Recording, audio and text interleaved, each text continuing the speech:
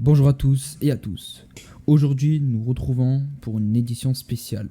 L'interview d'un gendarme qui restera bien sûr anonyme. Bonjour monsieur, comment vous allez? Bonjour, comment ça va? Très bien et vous? Ça va, merci. Un peu stressé, mais bon, ça devrait le faire. Ça devrait le faire, vous inquiétez pas, ici à Marseille, on mord pas. Pounal, est-ce que vous êtes prêt pour commencer par la première question? Bien sûr. Quelles sont les infractions les plus fréquentes que vous rencontrez en ville? Alors, les infractions les plus fréquentes que je rencontre en ville, personnellement, c'est vraiment le refus d'obtempérer. Donc, je sais pas ce qu'il y a. Il y a une vague de refus d'obtempérer en ce moment. Les gens, qu'on veut pour les contrôler, ils veulent pas s'arrêter. Bon, c'est un fléau. Et ensuite, on a les outrages à agents. Donc, ça, c'est aussi un fléau qui est devenu courant. Dès qu'on passe à côté des cités ou des points un peu sensibles, ben, on se fait insulter. Donc, nique ta mère, nanani, etc. Voilà. Ça, on en voit tous les jours, on en entend tous les jours. Ok, au final, vous dites que la population manque de respect de plus en plus. Ah non, non, je dis pas la population, c'est surtout les citoyens malhonnêtes. Parce que tout à l'heure, un peu plus tard, je voudrais revenir sur un point qu'on abordera un peu plus tard. Ok, ça va. Deuxième question. Comment se passe une journée type dans votre métier? Alors, une journée type à la gendarmerie, on commence par s'équiper, donc on rigole, on boit le café tranquillement, on prend 15 minutes de plaisir, on va dire, avec les collègues. 15 minutes auxquelles on arrive plutôt au travail, hein, bien sûr. Ensuite, on nous donne notre affectation en patrouille, donc les PAM, les ERI, etc. Donc notre corps, c'est le centre opérationnel de la gendarmerie nationale, donc qui nous donne nos indicatifs, etc. Ensuite, nous faisons une prise d'écoute, donc une prise de vacation Ouais, Lissandro, tu dans la m'entends? brigade ou pendant qu'on Lissandro, quitte la brigade. Donc pendant qu'on se dirige sur la route, on fait une prise de vacation. Donc c'est un appel à la radio pour fournir le corps de combien de militaires il y a à bord, si on est plus ou moins équipé ou non. Et puis ensuite, on attend que le corps nous transmette des appels 17 auxquels il leur a répondu. Donc ça, c'est vraiment le commencement d'une journée typique d'un gendarme. Après, il n'y a vraiment pas de routine. Tout le reste de la journée, on peut tomber sur tout et n'importe quoi, hein. On ne sait pas de quoi l'avenir est prévu. Ok, ça va. Ok, ok, ça va, merci beaucoup. On va faire la petite troisième question. Avez-vous Vas-y. déjà vécu une intervention, comment puis-je dire, particulièrement dangereuse ou qui vous a marqué? Un point, voilà quoi, qui vous marque encore à l'heure Euh, actuelle. ouais, franchement, ouais. Alors, une fois, j'étais avec. Du coup, j'étais en patrouille PAM, hein. Donc, c'est quand on prend les appels au 17, c'est vraiment une simple patrouille. On n'a pas de spécialité dans cette patrouille. Donc, c'est vraiment de la patrouille de base. Alors c'était un appel prioritaire donc en radio, donc effectué par deux effectifs de la brigade motorisée, d'accord? Donc ils ont essuyé, donc nous on entend la radio qu'ils essuient des tirs provenant d'armes lourdes. Donc là c'était un appel vraiment très troublant de la part de ces deux effectifs. Et donc là quand on entend cet appel radio, ben là effectivement il y a toutes les unités qui sont censées se rediriger sur les lieux. Donc sirène hurlante, la tension elle commence à monter, le stress et la pression c'est au maximum. Puis on arrive sur les lieux et puis on voit déjà une collègue à terre. Donc Ok. c'est déjà très troublant pour nous. Donc on voit un collègue qui se fait tirer dessus. Heureusement c'était le gilet pare-balles. Voilà, heureusement. Et ensuite le véhicule est parti en refus d'obtempérer, sauf qu'on a préféré rester sur le lieu des faits pour soutenir nos collègues que de le prendre en chasse, le monsieur. Pour moi, c'était mon intervention qui m'a quand même le plus marqué, hein. Ok, au final, c'est quelque chose que je trouve qui est quand même assez fréquent en ville. Des trucs comme Ouais, ça. malheureusement après on essaie de faire avec, hein. C'est vrai qu'on fait pas ça pour le salaire, on fait vraiment ça parce qu'on aime notre métier, on aime le contact à la population, aux citoyens, venir en aide, être les primo intervenants, tout ça c'est de la magie pour moi, hein. C'est quand on voit le regard des gens qui sont contents de notre intervention, ça nous fait chaud au cœur, hein, très chaud au cœur. Ok. Suite à ce que nous avez dit, au final, sur des tirs, nous savons qu'il y a souvent des. Comment dit-on? Des Des refus collaborations d'obtempérer? entre. Non, non, Ah non, ok. des collaborations entre vous et la police municipale ou la nationale. Comment ça, vous le gérez? Bah moi je gère plutôt bien. parce que je suis quelqu'un de très sociable, de très aimable, de très poli, de très correct. Donc moi personnellement, je m'entends avec à peu près tout le monde. Même si j'ai remarqué qu'après l'interservice, c'est vraiment très important pour pouvoir communiquer toutes les informations en temps réel et les meilleures informations possibles. Par contre, étant dit, j'ai quand même remarqué quelques cas, voilà, au sein de certains services que je ne vais pas citer pour le moment. Ok, ok. Au final, un service qui est très connu. Je vais revenir après sur ce point. Ok. Bon, ensuite, comment vous gérez les courses-poursuites? Est-ce qu'il y a des protocoles pardon, à suivre au niveau des radios, la distance entre les véhicules, voilà quoi. Comment cela se passe?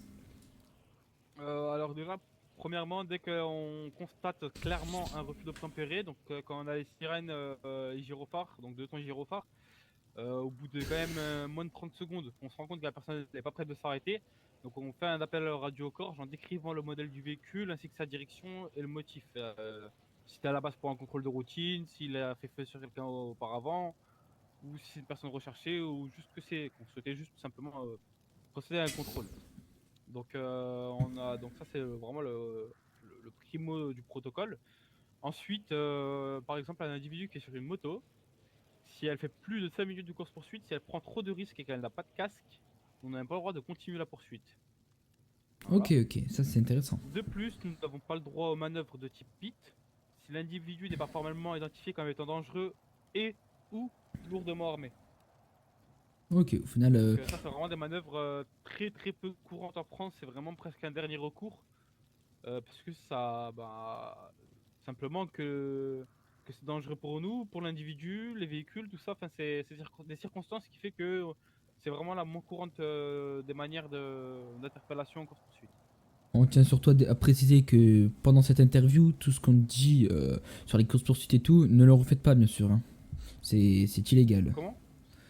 Non, les informations que vous dites sur les courses-poursuites, que le peuple ne doit pas le refaire. Ah oui, oui, oui, je tiens à tenir hein, que c'est pas pour vous inciter que je fais ce format, c'est surtout pour faire comprendre aux citoyens que la gendarmerie, on n'est pas méchant, la police nationale non plus. Et de plus, que nous essayons de faire notre métier au mieux, en fait, pour vous comprendre, pour que vous compreniez un peu une journée typique, ou même que si vous ayez envie de vous engager, ça pourrait peut-être vous donner un peu plus envie. Ok, merci. Au final, là, je viens de vous poser des questions sur vraiment votre métier de gendarme, comment il se passe à Marseille. Au final, je vais maintenant vous D'accord. poser des questions sur la criminalité qui se passe dans cette grande ville. On sait que la criminalité à Marseille est quelque chose de d'évolutif. Je sais pas si on peut le dire comme ça, mais qui évolue de Ouais, jour on en peut le dire jour. comme ça, en pleine croissance, en pleine Voilà, c'est ça. augmentation. Au final, la première question, on va dire un peu pimentée. Quel est le plus gros gang ou plus grosse, comment dit-on en français, cité, pardon, ou le réseau criminel que vous avez démantelé récemment? Alors personnellement, je pourrais pas vous répondre à cette question, étant donné que je ne participe pas à ce genre d'opération, et que même si j'y participerais, je ne pourrais pas vous donner beaucoup de détails, et même pas du tout de détails sur ce genre d'informations. Je suis désolé. Ouais, qu'au final, c'est des informations que nous, en tant que citoyens, ne pouvons pas divulguer, hein, que vous ne pouvez pas divulguer. Non, c'est pas de cette façon-là, c'est qu'en fait ça pourrait obstruer, parce qu'en fait souvent les grands réseaux, les gros démantèlements de réseaux, ben, il y a des gens qui travaillent avec ces personnes-là, donc elles ne doivent pas spécifiquement être au courant qu'on a été dessus ou qu'on est dessus. C'est pour ça que je me présente aujourd'hui masqué en voulant garder mon anonymat. Ok. Deuxième question. On sait surtout qu'à Marseille, il y a beaucoup de quartiers, de cités. Au final, quelle cité est la plus dangereuse? Alors, pas en termes de dangerosité, mais de délinquance, parce qu'après toutes les cités elles sont un peu dangereuses, un peu sensibles. De toute façon à partir du moment où c'est travaillé, très bien faire notre métier, il n'y a pas le risque zéro effectivement, mais on va dire qu'on saura mieux gérer la situation. Donc bah, déjà de mon point de vue, ce serait le quartier Fond Vert, qui est quand même très animé avec une évolution, comme dit, étant dit de la délinquance très constante, et des confrontations avec des forces de police de la ville de Marseille. Donc ça c'est vraiment le point que j'en tire, c'est qu'il y a vraiment des confrontations régulièrement. Je dirais même entre les forces de police, de gendarmerie et la délinquance en hausse au quartier Fond Vert. Seconde question, au final, toujours sur les cités. Est-ce que vous avez des infiltrés dans ce milieu de la criminalité? Comment cela fonctionne-t-il si oui? J'ai pas. Vous pouvez, ah oui, la question sur la criminalité. Oui, du moins, Est-ce si que je vous suis avez déjà des infiltré? infiltrés. Ah bah là, je peux pas répondre à votre question pour des raisons de confidentialité et de sécurité. Je peux pas vous dévoiler les modes de fonctionnement, ni les méthodes, ni si actuellement, comme dit, ça c'est des questions très très sensibles. Mais au final, vous pouvez peut-être nous dire si ça s'est déjà passé dans le passé? Oui, ça c'est déjà arrivé, mais c'est pas de l'infiltration à proprement parler comme aux États-Unis. On rentre dans le réseau, on voit pas un bonhomme dans un réseau faire son petit repérage. Non, non, c'est à base de photographie, de preuves, de, Une enquête, de quoi. témoignages et d'enquête. Ouais, on n'envoie jamais un homme sur le terrain, on lui dit vas-y, va t'infiltrer, quoi. Ça, c'est dans James Ok. Bond, dans la série américaine, ou aux États-Unis. Oui. Est-ce que vous Ça pensez serait. Ouais, allez-y, allez-y. Oui. Est-ce que vous pensez que au sein des forces de l'ordre, au final je réunis bien sûr PN, PM et la GN, vous avez assez d'effectifs pour protéger cette belle ville de Marseille? Alors moi je vais pas vous répondre par rapport à la PN et la PM, mais par contre à la gendarmerie nationale, moi je peux vous informer que c'est pas le nombre d'effectifs qui compte, mais bien leurs compétences, leurs capacités et leur formation. Car c'est tellement inutile d'avoir 20 gendarmes s'ils ne savent faire leur travail en fait. Pour moi c'est pas, ça correspond Ok, pas. ça va. Mais ce que je peux vous dire c'est qu'on n'est pas très nombreux en gendarmerie, mais qu'on essaie de faire au mieux notre travail dans les meilleures conditions possibles et avec le plus de professionnalisme comme dit. Au final, Ce que fait aussi très bien les autres services, hein, mais oui, oui. Là, j'ai une voilà. question un peu pimentée et j'aimerais bien que vous appuyiez, s'il vous plaît, bien sur chaque catégorie. Comment, on va dire, les forces de l'ordre, mais on va surtout séparer la GN et la police nationale et la municipale, sont-elles vues en ville? Au final, comment chaque partie est vue? Au final, vous êtes quand même citoyen et un gendarme. Au final, vous devez quand même savoir si vous êtes bien vu ou pas par la population. Alors, par la population, par la plupart des citoyens honnêtes, oui, on est bien vu, on est leur sauveur, on est leur aideur, comme je disais tout à l'heure, on est les primo-intervenants. Oui, mais vous Et bien parlez sûr, pour pour vous, les pour la délinquants et les gendarmerie ou criminels, on est un peu. pour toutes les Ah, forces de l'ordre? moi, je parle pour la gendarmerie. J'ai pas envie de m'exprimer sur des services qui ne me connaissent pas, dont je n'ai pas eu l'expérience. Après, de ce que je vois sur le terrain, c'est pareil à peu près. Ça se répercute assez beaucoup. C'est que dans tous les cas, les forces de police, les bons citoyens, les honnêtes citoyens, ils n'ont pas peur de la police et ils n'ont pas de mal à communiquer avec la police, contrairement aux délinquants. Petite question que je n'avais pas été écrite, mais qui vient de m'arriver. Que pensez-vous de la BAC? Vu qu'on sait qu'il y a Ah, quand même beaucoup d'avis négatifs sur cette unité, pardon. alors, étant donné que j'ai l'anonymat, oui, je vais pas vous le cacher qu'effectivement, il y a des. J'entends des échos de. Comme quoi là-bas, ce serait quand même une unité assez. Voilà, assez.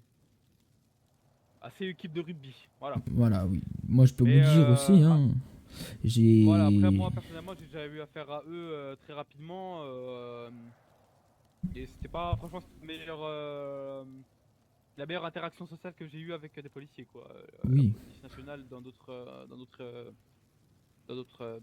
comment dire, spécialités, ils sont plus corrects.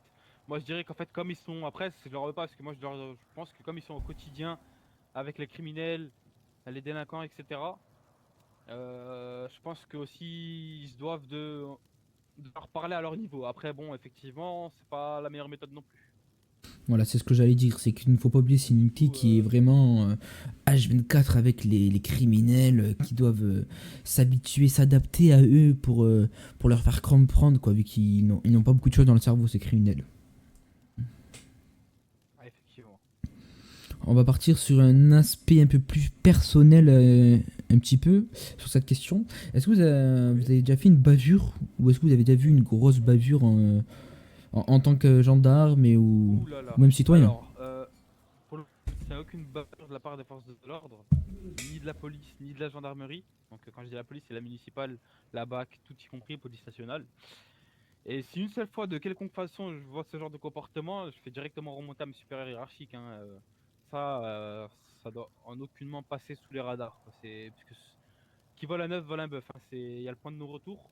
c'est de la psychologie un petit peu, mais c'est quand il y a quelqu'un qui est capable de faire une chose une première fois, il a encore plus de facilité à le reproduire. Donc Ok. non, non, pour moi c'est intolérable. Petite question, vu qu'on sait que la mairie actuellement met beaucoup de choses en place, c'est-à-dire sur les convois de Brinks pour la TVA et les impôts, pour tous les petits trucs comme ça, pour les nouvelles entreprises qui ouvrent. On sait ils sont en train d'ouvrir aussi un petit village euh, Ouais, j'ai pas eu pour visiter certaines le petit personnes. village, Voilà, bah, j'ai monté un petit peu là-haut, ouais. j'ai eu ces informations. Au final, que pensez-vous de la mairie et la préfecture comment je peux dire ça évolue avec Alors, les forces de l'ordre, avec la justice. alors, avec les forces de l'ordre, je pourrais m'exprimer. Par contre, d'un point de vue politique, je vais pouvoir m'exprimer. Donc, sur toutes les autres choses qu'ils auraient pu faire, si on a chacun notre avis personnel et construit, je veux en aucun cas influencer l'idée de pensée de autrui. Mais je trouve que le gouvernement est quand même très à l'écoute des forces de police et de gendarmerie, parce qu'ils nous mettent à disposition des moyens assez conséquents et ils demandent et répondent assez rapidement à nos demandes. Et ils accèdent à nos demandes assez rapidement. Ok, au final, vous êtes satisfait de cette mairie, de cette préfecture actuellement. Ah oui, oui, oui, totalement, hein. Pour moi, le cadre de vie y est Au bien. final, Bah, sur le point pareil politique, que pensez-vous du maire et de ses adjoints actuellement? Au final, à savoir que il y a le maire, monsieur, je ça, connais plus son nom. je ne donnerai pas mon avis ni sur le maire en lui-même, ni sur ses agents. Je peux Ok, passer à la question suivante. allez, on fait ça. Désolé, hein, mais Oui, oui. Est-ce que, enfin, un petit conseil ou un petit mot pour les citoyens qui aimeraient rejoindre la gendarmerie? je dirais que c'était déterminé, sérieux, investi et motivé, tu peux réussir dans la gendarmerie et tu peux t'y intégrer très facilement. La gendarmerie, c'est comme une grande famille. Hein, on rigole, bien sûr, on rigole en vacation, mais quand il n'y a pas de civil autour, etc. Enfin, quand on est entre nous, dans un cadre de respect quand même. Euh, Spécifiquement, ouais, quand il n'y a pas de civil autour de nous spécifiquement, bon, même quand on est à la brigade, hein, on se donne même des petits surnoms, bien sûr, dans la joie, la bonne humeur, tout le monde consentit à ses petits noms, et si tu le veux pas, ben, on t'appellera par ton nom, quoi. C'est juste en fait pour ajouter vraiment plus un effet de convivialité, de De famille famille, vraiment. voilà, oui. Ouais, voilà. Et ouais, bien sûr, hein, comme dit, hein, si tu veux pas de surnom, t'en donneras pas, mais en tout cas, si t'es motivé, respectueux, et que t'es dans la discipline, c'est le moment de nous rejoindre. Allez, deux petites dernières questions, on va dire, sur les deux petites dernières questions. Il y en a une qui est bien pimentée un petit peu. En ville, on sait qu'il y a une petite rivalité entre toutes les forces de l'ordre. On le sait, ça se sait, on le sait tous. Comment vous, en tant que gendarme, vous le vivez? Moi, comme dit, je fais tout pour que les relations soient les meilleures. Qu'il n'y ait pas d'embrouille, même si on me prend de haut, même si peut-être je pourrais me permettre, non. Je reste toujours à ma place, je fais mon travail, tu fais le tien. T'as besoin de mon aide, je te donne mon aide. Mais par contre, enfin, voilà quoi, moi je reste vraiment dans le respect. Et moi en fait, souvent j'ai pas eu affaire à comme dit, des situations vraiment abusées parce que bah, moi je sais garder mon sang-froid sur le terrain et que je cherche pas la bagarre ou à jouer à qui a la plus grosse. Voilà. Ok. Allez, on va faire la petite dernière question pour cette interview. Aujourd'hui, vous êtes sur le journal de Marseille. Au final, j'aimerais vous poser une question. Que pensez-vous de ce journal? Est-ce que vous pensez qu'il... comment je peux dire ça? Qui se lâche, qui ne pèse pas ses mots? Et est-ce que vous voyez que ça apporte quelque chose à la ville aussi?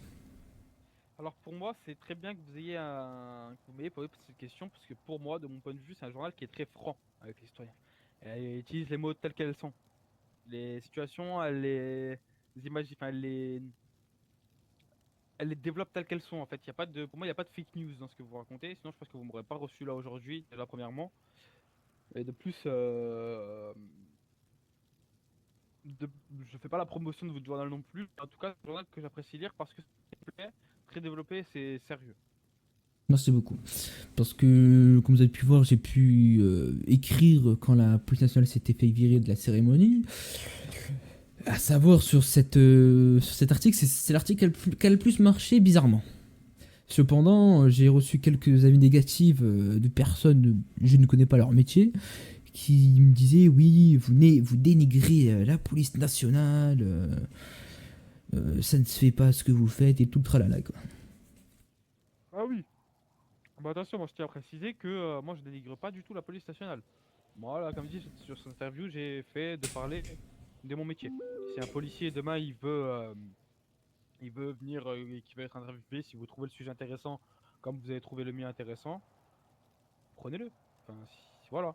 Moi, je suis là pour expliquer mon métier. Même j'incite des pompiers, des dépanneurs, j'incite tout le monde à chacun venir présenter son métier au moins une fois. Comme ça, quand une personne elle arrive en ville, elle saura si elle a envie de regarder les formats. Elle regarde un petit peu et puis elle saura peut-être vers quoi se diriger. Eh ben, merci beaucoup. Mesdames Bah, et c'est moi qui vous messieurs, remercie. mesdames et messieurs, je vous remercie aussi d'avoir regardé cette interview pour une première fois. Au final, en espérant que la prochaine interview sera avec un autre corps de métier. Je vais surtout remercier la gendarmerie pour avoir passé l'accord pour cette interview. Et sur ce, une bonne soirée à tous, une bonne journée et au revoir.